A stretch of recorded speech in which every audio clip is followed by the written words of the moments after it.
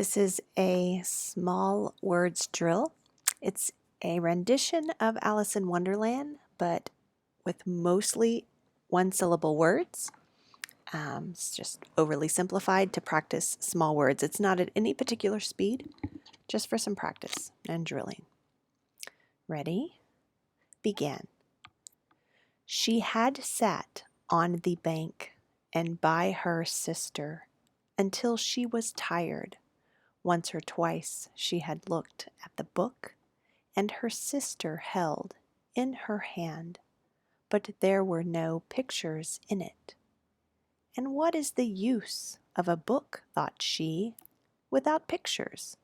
She asked herself as well as she could, for the hot day made her feel quite dull, and if it would be worth it to get up and pick some daisies and to make a chain. Just then a white rabbit with pink eyes came and ran close by her.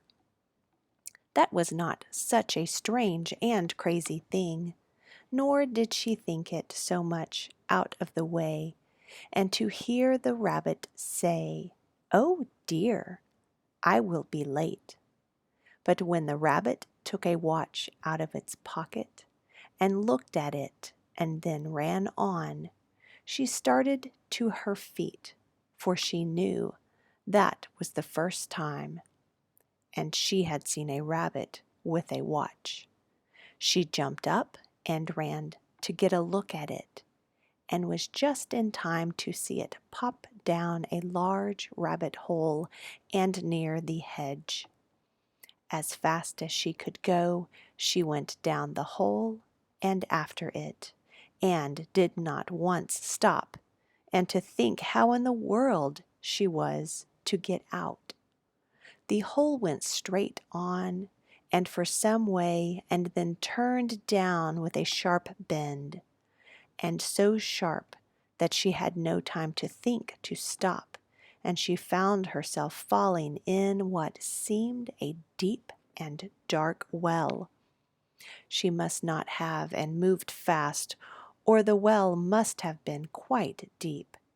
And for it took her a long time to go down, and as she went she had time to look, and at the strange things she passed.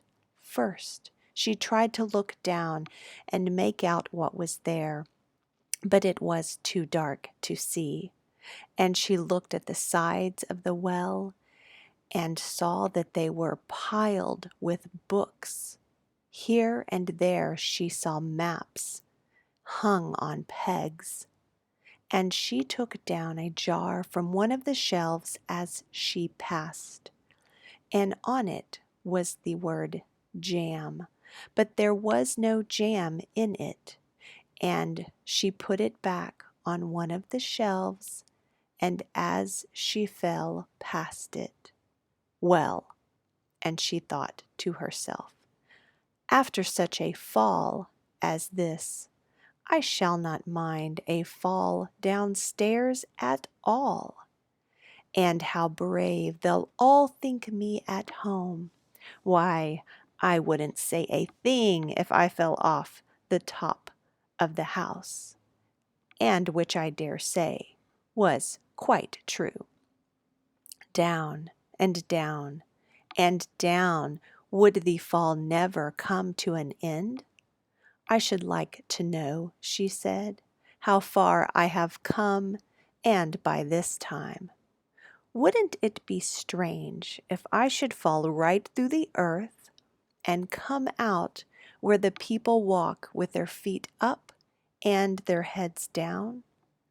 Down and down and down. And will you miss me tonight? She went on. And this was the cat.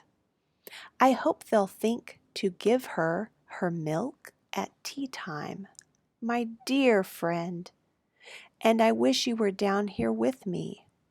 And there are no mice in the air, but you might catch a bat, and that's much like a mouse, you know.